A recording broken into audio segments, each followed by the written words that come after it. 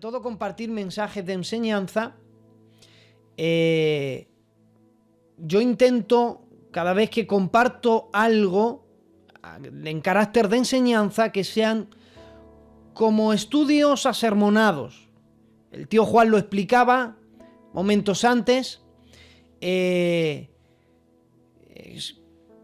dar una enseñanza amena, que podamos disfrutar, que no se haga pesado, sino que vayamos sacando aplicaciones y vayamos aprendiendo.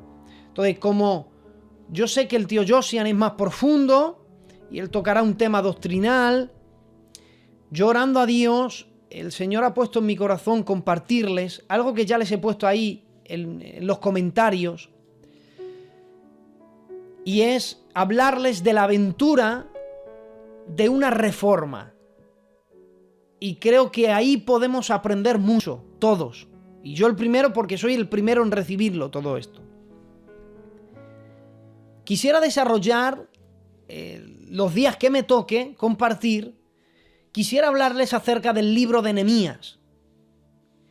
El libro de Nehemías es un libro apasionante, es un libro fantástico, como cualquiera de los libros de la Biblia, pero concretamente el Espíritu Santo a mí me empujaba a compartir porque como cada 2 semanas nos toca, son clases que no se van a olvidar. Luego podremos volver a retomarlas y seguir con el hilo de esta aventura tan maravillosa que no deja de ser esto, es la aventura de una reforma. Y aquí vamos a conocer, en estas clases, vamos a conocer un poquito de todo. Por eso yo les invito a que cada semana, todos los sábados, a las 10 de la noche se conecten. Todos aquellos que sean apasionados por la palabra, les invitamos. Ya no vuelvo a dar esta introducción, quería darla ahora, así que damas y caballeros, príncipes y princesas, les invito a que tomen papel y boli, por si alguien quisiera anotar, decirles que yo grabo los mensajes, que yo los subiré a mi canal en YouTube, ya os lo compartiré, los subiré con diapositivas, con imágenes, con textos, para que puedan volver a escucharlo. Acompañarme a conocer un libro maravilloso y a disfrutar esta noche entre hermanos, ¿de acuerdo? Vamos a disfrutar entre hermanos. Esto no se trata de hacer aquí una competición o vamos a ver quién lo hace mejor. Lejos de la realidad, va a ser como una charla entre nosotros, como un tipo de coloquio. Vamos a compartir, vamos a disfrutar. Si en algún momento no se oye, me lo escriben y yo apago y enciendo para que todos sigan escuchando la enseñanza. Acompañarme al libro de Nehemías. Vámonos al libro de Nehemías y vamos a leer el versículo 1 y vamos a ir despacito para ver qué es lo que quiere el Señor hablarnos a todos hoy. Nehemías capítulo 1, versículo 1 dice así la palabra del Señor: palabras de Nehemías, hijo de Acalías. Aconteció en el mes de Quisleu, en el año 20, estando yo en Susa, capital del reino. Verso 2. Que vino Anani, uno de mis hermanos, con algunos de los varones de Judá, y les pregunté por los judíos que habían escapado y habían quedado de la cautividad y por Jerusalén. Y me dijeron, el remanente, los que quedaron de la cautividad allí en la provincia, están en gran mal y afrenta, y el muro de Jerusalén derribado, y las puertas quemadas a fuego. Verso 4. Cuando oí estas palabras, me senté y lloré, e hice duelo por algunos días, y ayuné, y oré delante del Dios de los cielos. Alabado sea el nombre del Señor. Creo que con estos 4 versículos va a ser suficiente para conocer un poquito, para iniciarnos en esta aventura. Palabras de Nehemías. O sea, ya el inicio del libro, el uso del pronombre en primera persona que aquí hace el libro, palabras de Nehemías, da la impresión que Nehemías es el autor. Aunque sabemos que el autor del libro de Nehemías no fue el mismo Nehemías, sino que fue el sacerdote Esdras. O sea, el libro de Esdras y el libro de Nehemías lo escribió la misma persona, que fue el sacerdote Esdras. De hecho, es que en el canon hebreo, el libro de Esdras y el libro de Nehemías no confortan 2 libros, sino que se lee como un solo libro. Pero al empezar aquí palabras de Nehemías, aunque da la impresión que es Nehemías el que está escribiendo todo esto, pero realmente fue Esdras el escritor. Y si Esdras fue el escritor y el libro comienza diciendo palabras de Nehemías, entonces la Biblia ya nos está enseñando de que aquí el escritor, que fue Esdras, usó seguramente el diario de Nehemías para poder escribir este libro. De otra manera, no hubiera podido conocer los hechos que se desarrollaron en el libro de Nehemías. El sacerdote Esdras no lo hubiera podido conocer con detalles. Por eso el libro de Esdras y Nehemías, que confortan, vuelvo a decir, en el canon hebreo, confortan un solo libro, incluye copias de cartas, de decretos, de registros, incluso de otros documentos que se usaron para escribir este libro. Un día, hermanos, me gustaría hablarles de la inspiración divina, de cómo se formó la Biblia, hermanos, y en la inspiración divina hay mucho que explicar. Hay mucho que explicar. Pero no es algo que yo quisiera desarrollar hoy. Pero todo esto es muy importante. El que Nehemías tomara todas estas cosas y se documentara. Es como cuando dice Lucas que habiendo investigado con diligencia las cosas que entre nosotros han sido ciertísimas. O sea, Lucas se tomó el trabajo de investigar, de preguntar, de recopilar acontecimientos y de ponerlo todo en orden. Él no dice que lo que contaron ya era mentira, dice, al contrario, son ciertísimas, pero yo he intentado ponerlas en orden.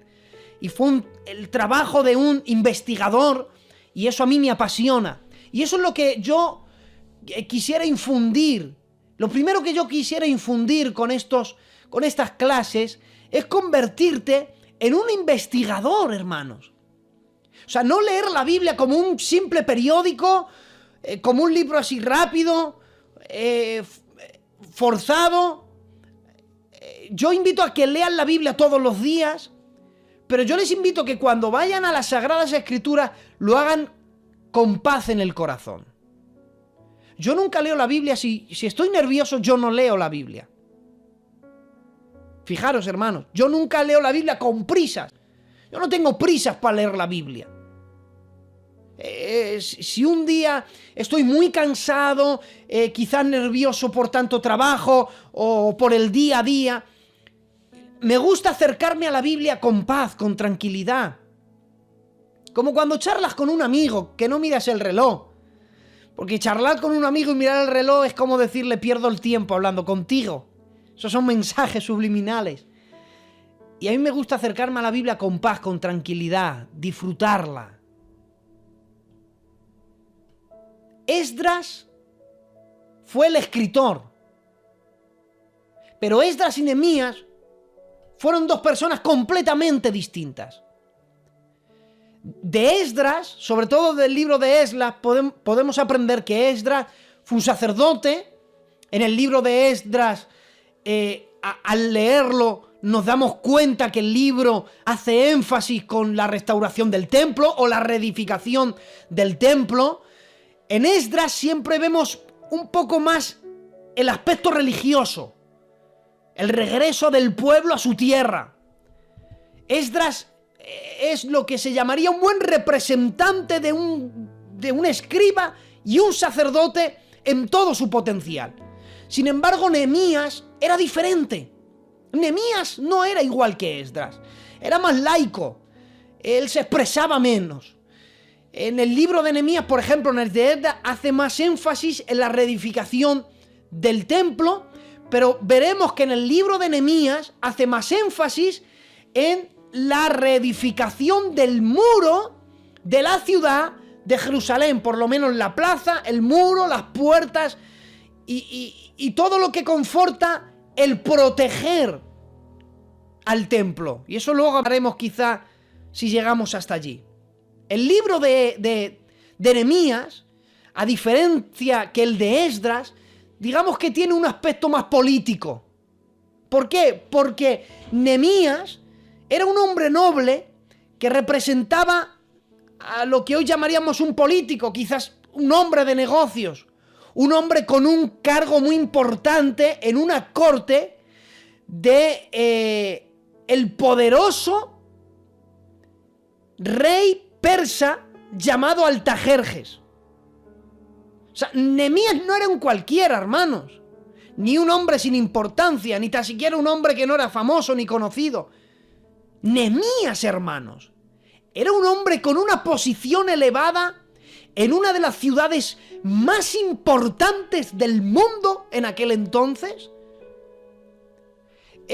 sirviendo, siendo prácticamente su mano derecha, como vamos a ver, sirviendo a un rey, hermanos, muy poderoso, con un nivel de poder muy alto, pero que a pesar de ser como era y de tener el trabajo que tenía y la posición que tenía, en su corazón siempre estuvo el pueblo de Dios. En su corazón siempre estuvo: Señor, aunque yo tengo un plan en mi vida, aunque yo tengo un trabajo, aunque yo sirva a un rey, Señor, ¿cuáles son tus planes para conmigo? Él como que había una lucha en él. Lo que yo suelo llamar guerra de amores. Solamente el Espíritu Santo es el único que puede explicar la salvación y la condenación, resumirla en un solo versículo. En el Evangelio de Juan capítulo 3 dice: porque esta es la condenación. Y mira cómo la resume. Dice: la luz vino al mundo, pero los hombres amaron más las tinieblas que la luz. Y dice: porque sus obras eran malas. Jamás ningún predicador puede resumir la salvación y la condenación como lo hace el Espíritu Santo en un solo versículo. En un solo texto. Y me pareciera que es como una guerra de amores. Es como una lucha. Porque no dice que no amaran la luz. Dice, lo amaron, pero es que resulta que amaron más las tinieblas. Es como una guerra de amores. Es una lucha, hermanos. Y era como lo que me parece ver a mí en el interior de Nehemías, una lucha. Por un lado, su posición, su trabajo, sus planes, su forma de vivir, pero dentro de él había otra lucha. Señor, ¿cuáles son tus planes? Yo ya sé lo que el rey de Persia quiere conmigo, que le sirva como un fiel copero, pero tú, rey de reyes, ¿qué es lo que quieres para mi vida? Yo ya sé el labor que tengo que hacer en Susa, capital del reino, pero en esta tierra yo no he nacido simplemente para ser el copero de un rey y para servir a un rey. Yo he nacido para servir al Rey de Reyes, Señor de Señores. ¿Qué es lo que quieres tú conmigo? Y si aquí en el libro de Nehemías es la aventura de una reforma, creo que si hay algo en esta vida que te va a hacer feliz, es vivir la aventura de averiguar para qué has nacido. ¿Sabes que hay mucha gente frustrada porque no saben ni tan siquiera para qué ha venido a este mundo? Algunos incluso se dejan engañar por el diablo y creen que han sido un accidente, creen que están aquí por no se sabe qué, y no encuentran sentido a la vida. Pero hay épocas importantes en la vida de un ser humano, cuando uno nace de nuevo y cuando uno averiguó para qué nació. Cuando uno averigua para qué está en esta tierra. Hermanos, yo no he nacido para cantar, porque no sé cantar. Si yo cantara, el tío Juan me expulsara ahora mismo del canal, porque yo no sé cantar. Yo atribulo cantando. Entonces, yo sé que cantar no sé y no voy a bendecir cantando. Pero yo intento bendecir con aquello que creo que he recibido del Señor, porque de otra manera yo no podría, hermanos.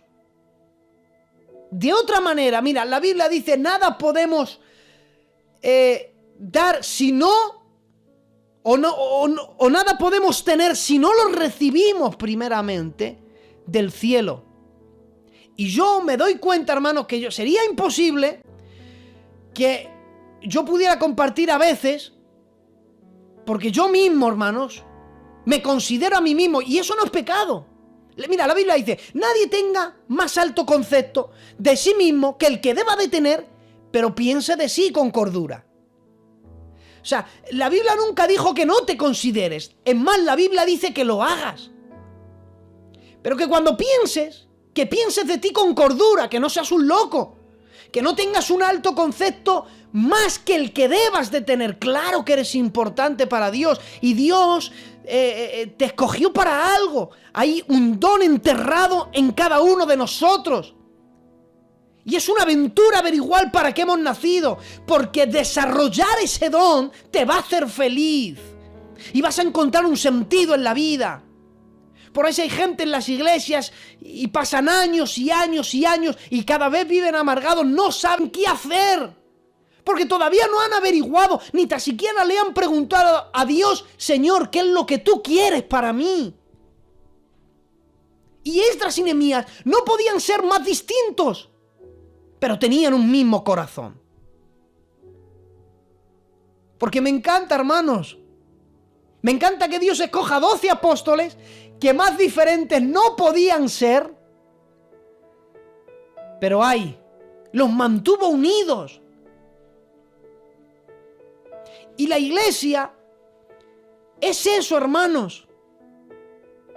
La iglesia la confortan personas distintas, de distinto carácter, pero que tienen un mismo corazón, un mismo espíritu, un mismo Señor, un mismo Rey. Por eso nadie puede despreciar a nadie. El libro de Nehemías nos enseña esto, muy importante. En el libro de Nehemías, me gusta el libro de Nehemías, porque si hay una doctrina que yo estoy cómodo a la hora de compartir, es la escatología. A mí la escatología me apasiona. El lunes hago 3 meses enseñando Apocalipsis. Me apasiona la escatología. Si yo les digo que no podemos estudiar escatología, el que quiera estudiar escatología, pero a nivel hermenéutico, buceando, nada de mojarte los tobillos en la doctrina de la escatología, no, bucear, profundidad en la escatología, forzosamente tenemos que venir al libro de Nehemías. ¿Por qué? Si Nehemías a día de hoy es parte del pasado y escatología son los eventos del futuro. Sí, pero si yo les digo que nadie puede entender escatología ni enseñar escatología a menos que sepa historia. Porque el que no conoce ciertos acontecimientos del pasado jamás podrá explicar ciertos acontecimientos que van a venir en el futuro. Para hablar del futuro tenemos que conocer el pasado. El pasado de las Sagradas Escrituras y fusionarla con la Biblia.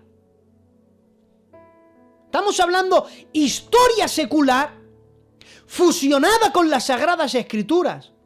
Porque escuchen, la ciencia no contradice la Biblia. La historia no contradice la Biblia. La ciencia y la historia proclaman que todo lo que dicen las Sagradas Escrituras era correcto y era cierto. Y que siempre se adelantó a todo. Descubrimientos ocultos en las Sagradas Escrituras. Mira, el libro de Job está lleno de descubrimientos científicos. Increíble. Para estudiar escatología tenemos que conocer historia, porque nadie puede hablar de escatología a menos que no se fundamente. La escatología empezaría pactos y dispensaciones, pero hay un momento, me gusta enseñar escatología desde el inicio de la profecía de las 70 semanas que profetizó Daniel en Daniel capítulo 9. Yo siempre que enseño escatología tomo como base las 70 semanas que profetizó Daniel. Lo suyo sería hablar de pactos y dispensaciones, pero también se puede entender y explicar bien tomando la profecía de las 70 semanas. Para explicar las 70 semanas, tenemos que ir a la historia, tenemos que ir al libro de Esdras, tenemos que ir forzosamente al libro de Nehemías.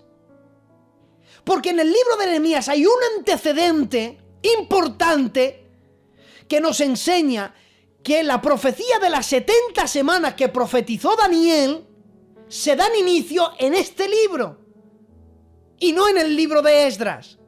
Hay quien lo toma como inicio en el libro de Esdras. Concretamente en la tercera orden que se dio, porque el libro de Esdras y el libro de Nehemías hay 4 órdenes que se dan respecto o repercuten a Israel, pero para estudiar hermenéutica o estudiar escatología tenemos que analizar estos 2 libros y vemos que hay una separación, porque el libro de Esdras, las órdenes que dieron tanto Ciro como Darío como el rey Artajerjes, la dieron en el libro de Esdras respecto a el templo, la reedificación del templo. Pero en la profecía de las 70 semanas se daba como inicio cuando se diera una orden para reedificar no el templo, sino que dice el final del versículo, la plaza y el muro en tiempos angustiosos. O sea, tenía que ver con la reedificación de muros. Tenía que ver con la reedificación de la plaza en días angustiosos.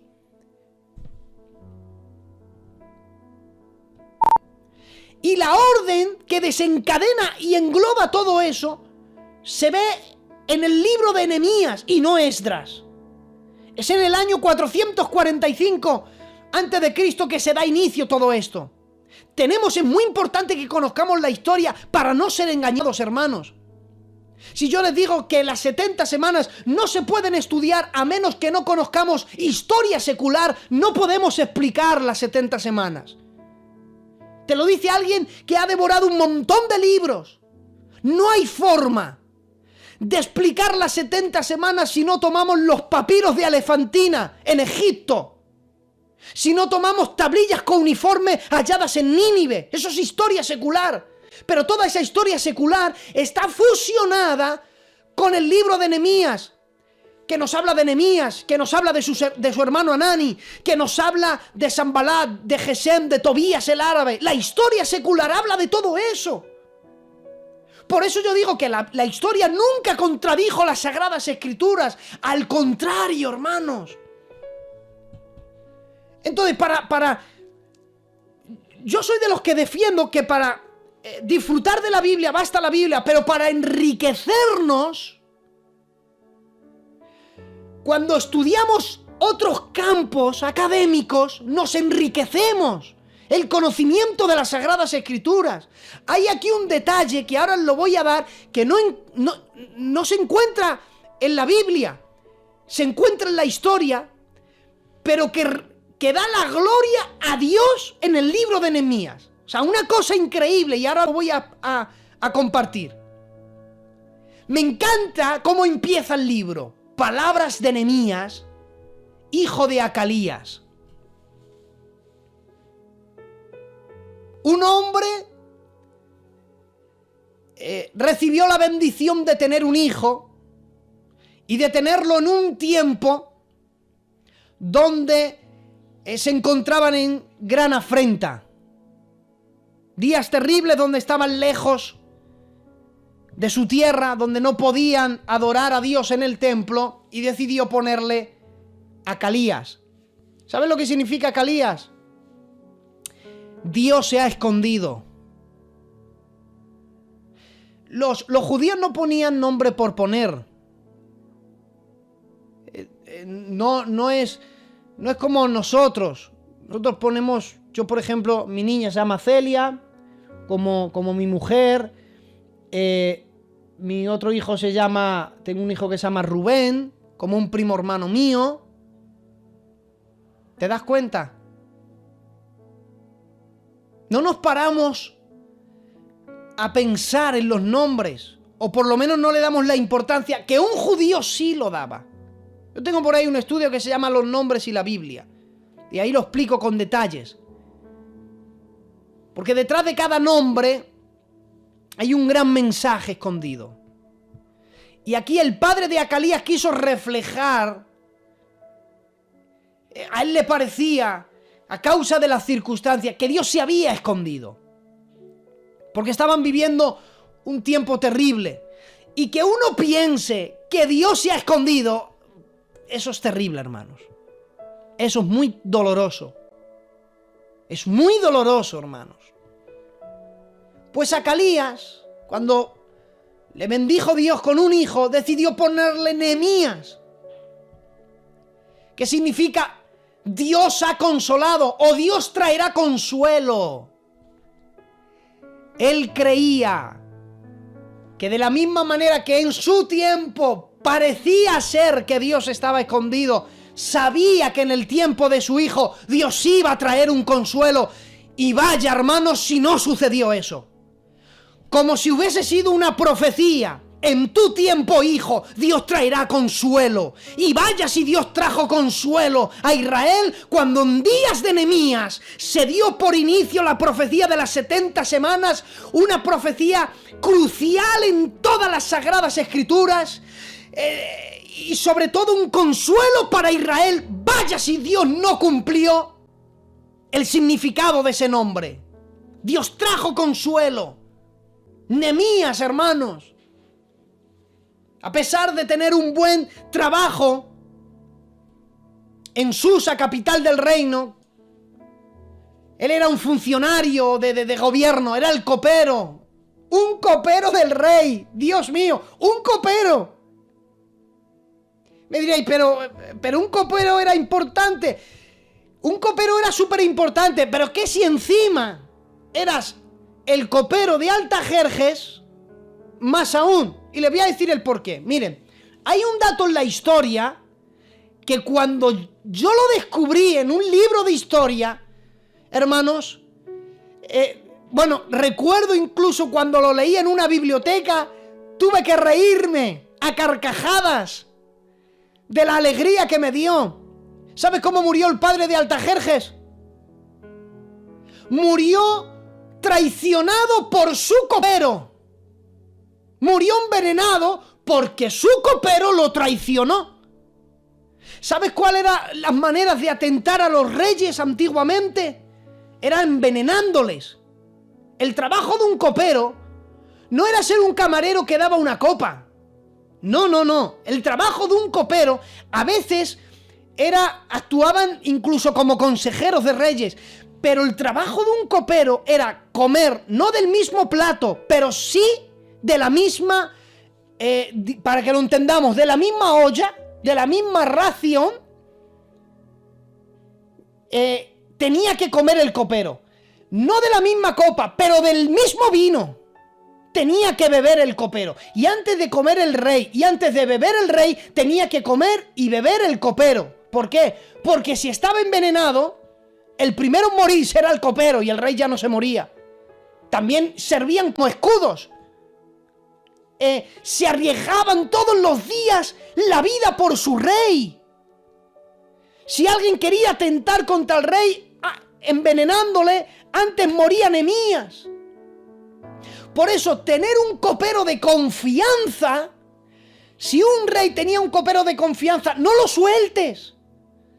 Y más tú, Artajerjes, que tu padre murió traicionado por un copero que lo traicionó. Si él es de confianza, porque Nehemías era de confianza, hermanos.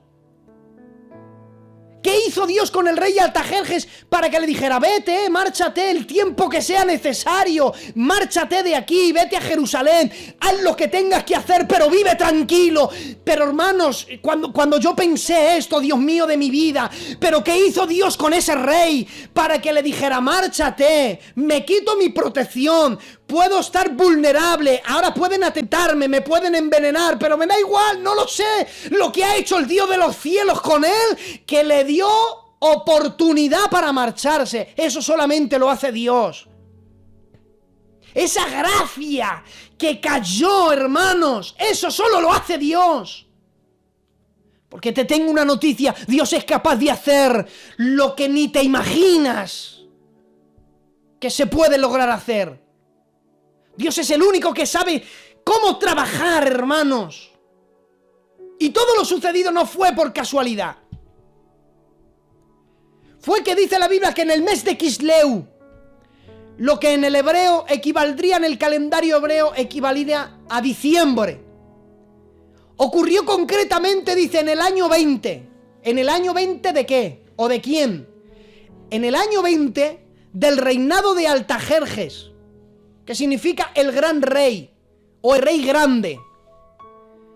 Artajerjes, mira, en la historia de los persas, 3 reyes llevaron este nombre. La Biblia solamente habla del primero, Artajerjes I, apodado Longimano.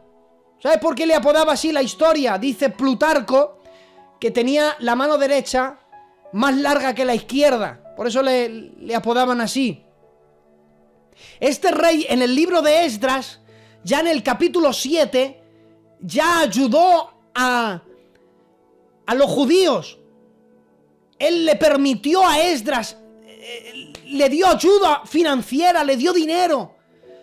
Dijo, firmó un decreto que todo lo que necesita el sacerdote Esdras, los escribas, darles de todo, que reconstruyan su templo. Les ayudó. Y luego a Nehemías también le ayudó.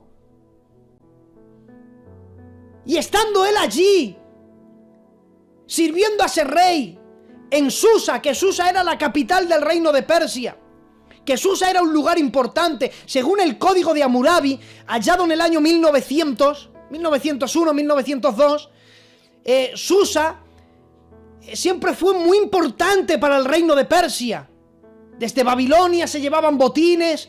Cuando en el año 331 a.C. Alejandro Magno entró en Susa, se encontró acumulados todos los tesoros de todos los reyes antiguos, se los llevó. Y él fue el que apodó a Susa el Gran Castillo. Fue allí en Susa donde Daniel vería visiones. Aquel lugar fue muy importante. Y estando allí en Susa, capital del reino, dice el verso 2, que vino Hanani. Y cuando dice vino Hanani, seguramente vendría con un mensaje a palacio. Porque no es que Nehemías podía irse a dar paseos por la ciudad. Y llegó Hanani, uno de sus hermanos, con algunos varones de Judá, y le preguntó por los que habían escapado, los que habían quedado de la cautividad y por Jerusalén. Me imagino el encuentro de Nehemías diciéndole, oye, ¿qué tal están las cosas por Jerusalén? ¿Cómo van las cosas por allí? La respuesta que recibe Nehemías no era la que él hubiera esperado. Verso 3 dice, y ven que ya estamos en la recta final, y me dijeron el remanente, los que han quedado de la cautividad, allí en la provincia, están en gran mal y afrenta. El muro de Jerusalén derribado, sus puertas quemadas a fuego. Él no se esperaba esta respuesta. Y fíjate que cuando él le pregunta, mira las prioridades de la pregunta. Es que a mí me encanta, hermanos, pararme en cada detalle. Fíjate lo que le dice. Primeramente, no le pregunta por Jerusalén. Primeramente, no le pregunta por Jerusalén, le pregunta por el pueblo. ¿Cómo están? Los que han escapado, ¿cómo están? ¿Cómo están ellos? ¿Cómo están? Primero personas. Y luego lugares, dice, ¿y Jerusalén? ¿Y cómo está Jerusalén? O sea, Nehemías daba más importancia a las personas que a los lugares. Eran más importantes los seres humanos que las posiciones. Él tenía el orden de prioridades bien definida. Era más importante la persona que los lugares. Y te pregunto, ¿qué es más importante para ti? ¿Tu posición, tu cargo, tu puesto o las personas? ¿Qué es más importante para ti? ¿Cuáles son las prioridades en tu vida?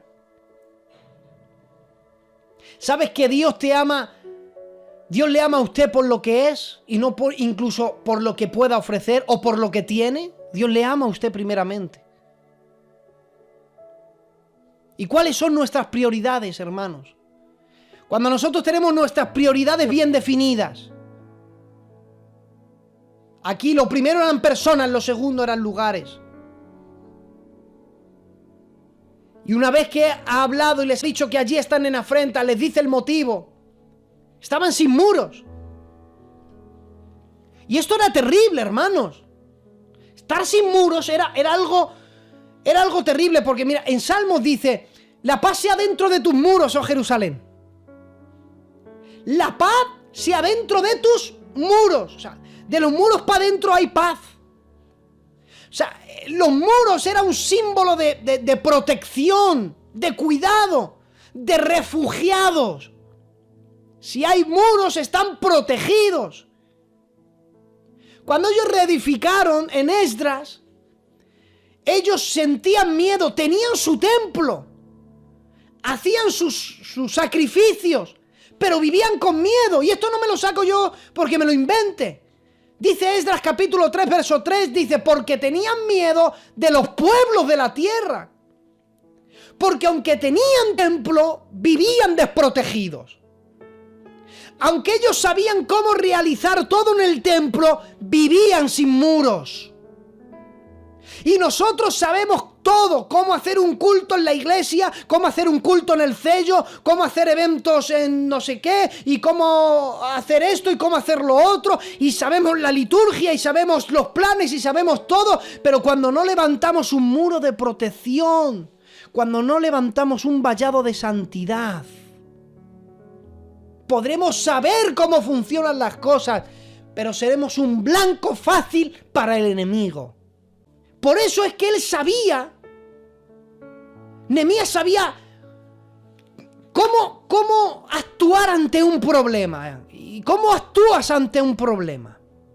¿Sabes cómo actuó Nehemías? Verso 4, cuando oí estas palabras me senté y lloré, e hice duelo por algunos días, y ayuné y oré al Dios de los cielos. Número 1, él dijo, mira, le dolió en el alma y en el corazón. Él pudo haber criticado y hacer, bueno, que hubieran hecho las cosas bien, si es que no saben, si yo estoy allí, hubiese... No, él no critica. Porque el hombre y la mujer de Dios no critican. Él no juzga a nadie. Él comprende. Y él se lamenta de que haya un pueblo sufriendo. Y aunque están a unos 1500 kilómetros de distancia, unos 4 meses que duraría el viaje de Susa, capital del reino, allí a Jerusalén, cruzando desiertos, terrenos áridos y desérticos, seguramente con caravanas, con camellos, con un montón de provisiones, un viaje terrible. Él dijo, yo no puedo dar un salto y llegar allí. esto es con paciencia. Si quiero entrar en una aventura de reformar mi vida, yo invito a todos aquellos que tengan sus hogares destruidos, sus matrimonios arruinados, sus vidas destruidas, les invito a que entren conmigo en la aventura de una reforma. ¿Sabes cómo comienza la aventura de una reforma? Dice, me senté y lloré. Se sentó. Es decir, que el empiece de una reforma comenzó con sentarse, con detenerse de andar, con parar todos sus planes, con hacer un stop. Yo te invito, estés como estés en tu vida cristiana, me dirás, Eugenio, yo estoy súper destruido, peor no puedo estar. Muy bien, siéntate. Hay un texto maravilloso, una de las enseñanzas de Jesús, dice, ¿quién es aquel que antes de ir a batalla no se sienta, o el que construye una casa, dice, no se sienta y calcula los gastos? No vaya a ser que empezando luego no tenga para terminarlo. Y la reforma de tu vida, o ya pon ahí lo que quieras. Necesito reformar mi casa, mi matrimonio, mi vida cristiana, mi ministerio, lo que sea. Pon lo que Dios ponga en tu corazón. Comienza con, siéntate, relájate, tranquilo, despacio, siéntate un momento. Piensa. Pensó tanto que no pudo hablar, sino que solamente empezó a llorar.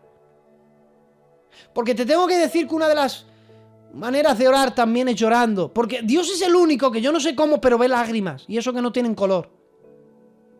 Yo no sé cómo, pero Él las recoge todas en su redoma. Yo no sé cómo hace Dios para que no se le escape ninguna lágrima.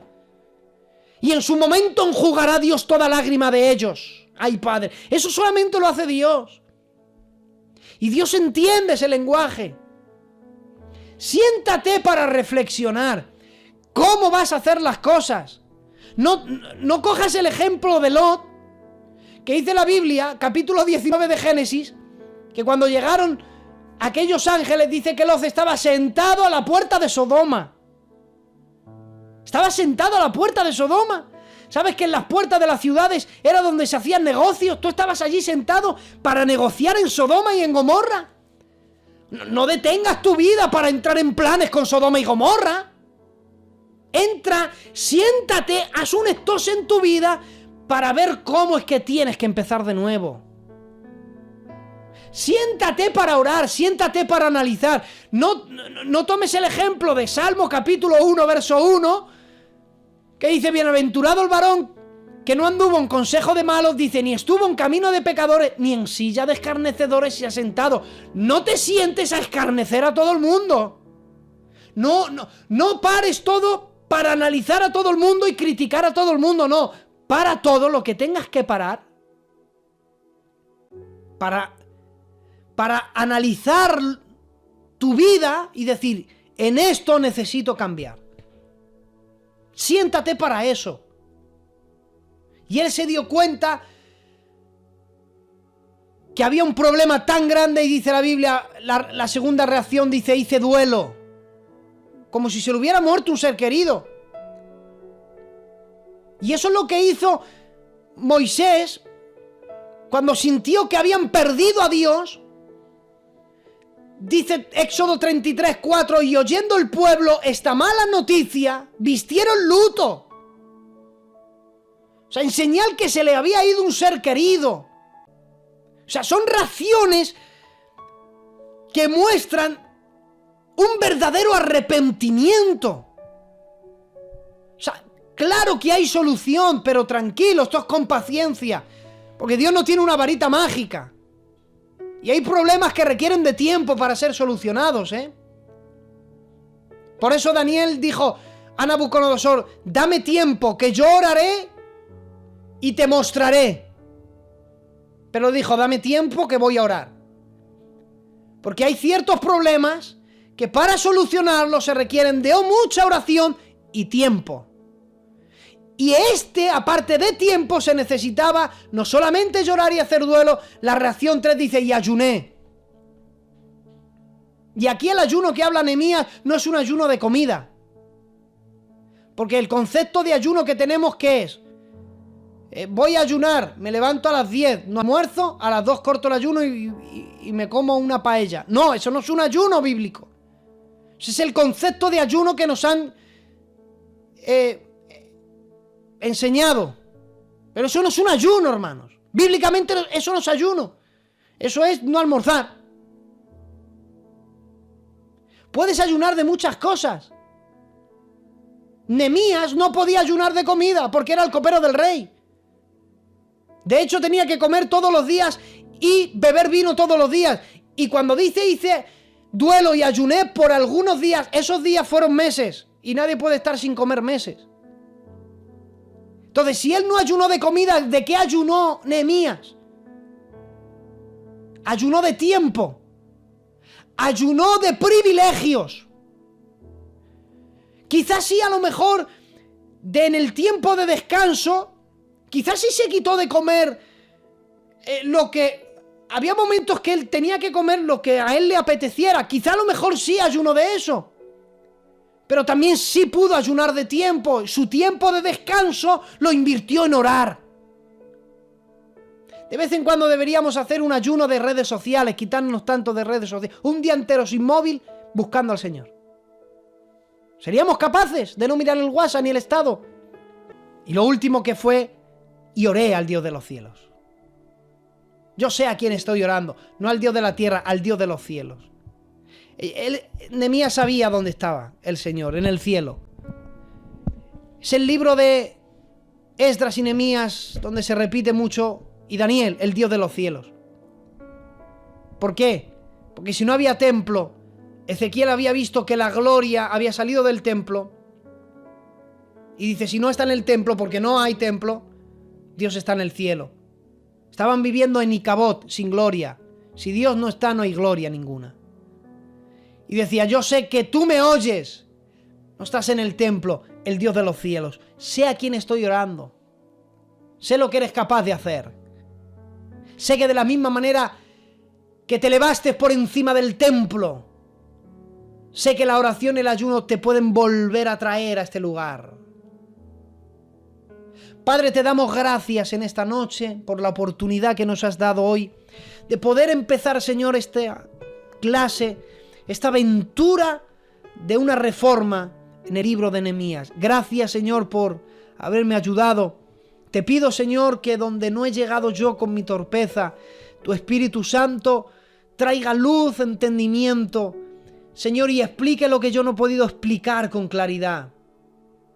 Gracias porque sé que tú vas a bendecir las vidas de la misma manera que me has bendecido a mí, Señor. Gracias. En el nombre de Jesús. Amén. Adelante, tío Juan, tío Josian, adelante, hermanos. Sigan con la moderación de este culto.